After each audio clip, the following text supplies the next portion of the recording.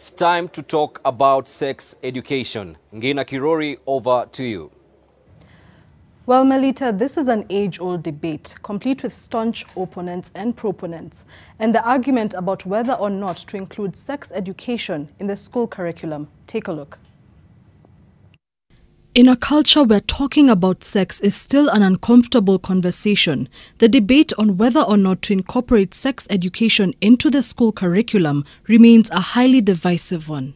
I do believe that sexuality education is very important to have in the curriculum. When you expose a child and give them the burdensome and onerous task of making quote-unquote informed choices about sex and sexuality at age 8, what are you doing to that child? Thousands of young boys and girls are being inducted into risky sexual behavior, exploring their biology, yet unaware of the perils that come with it. Majority of teachers were not comfortable addressing the topic, or if they did address the topic tend to be very skewed in terms of saying things like sex is dangerous, it's immoral. Who said no one's teaching this child?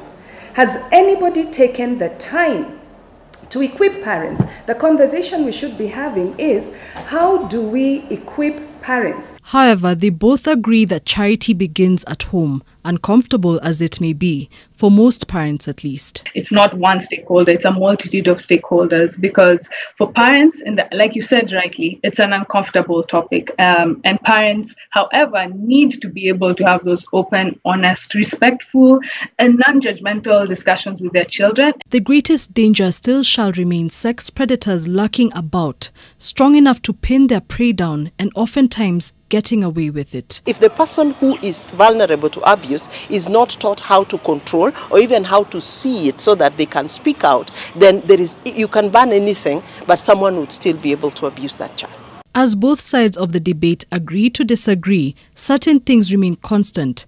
Among them is the paramount need to keep children aware of the dangers and risks, one way or another.